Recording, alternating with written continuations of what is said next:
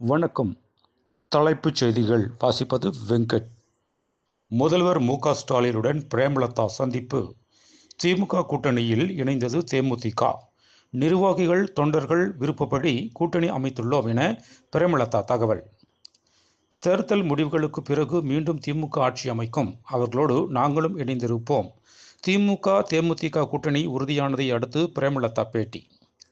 முதல்வர் மு.க. ஸ்டாலினை சந்திக்க முடியாததால் ஏமாற்றம். டெல்லிக்கு புறப்பட்டுச் சென்றார் அகில இந்திய காங்கிரஸ் பொதுச் செயலாளர் கே.சி. வேணுகோபால்.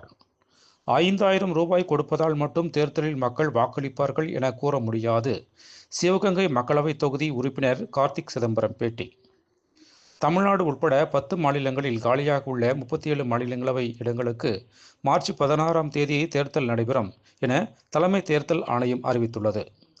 சமூக வலைதளங்களை 16 வயதிற்குட்பட்டோர் பயன்படுத்த தடை விதிப்பது குறித்து மத்திய அரசு பரிசீலனை.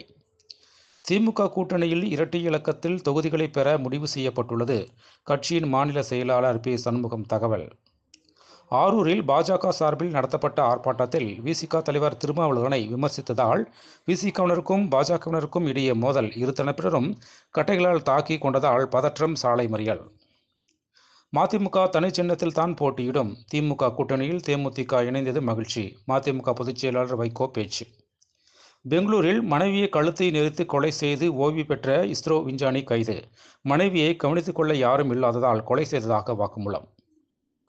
முதல்வர் மு.க. ஸ்டாலின் ஆட்சியில் சாதனைகள் என்று எதுவும் இல்லை. அதிமுக பொதுச் செயலாளர் எடப்பாடி பழனிசாமி எக்ஸ் பதிவில் விமர்சனம். எம்ஜிஆர் அதிமுக என்ற புதிய கட்சியை தொடங்கினார் பண்ருட்டி ராமச்சந்திரன். மேலும் விவரங்களுக்கு அரசியல் ராஜ்யம் மின் இதழை படியுங்கள். நன்றி, வணக்கம்.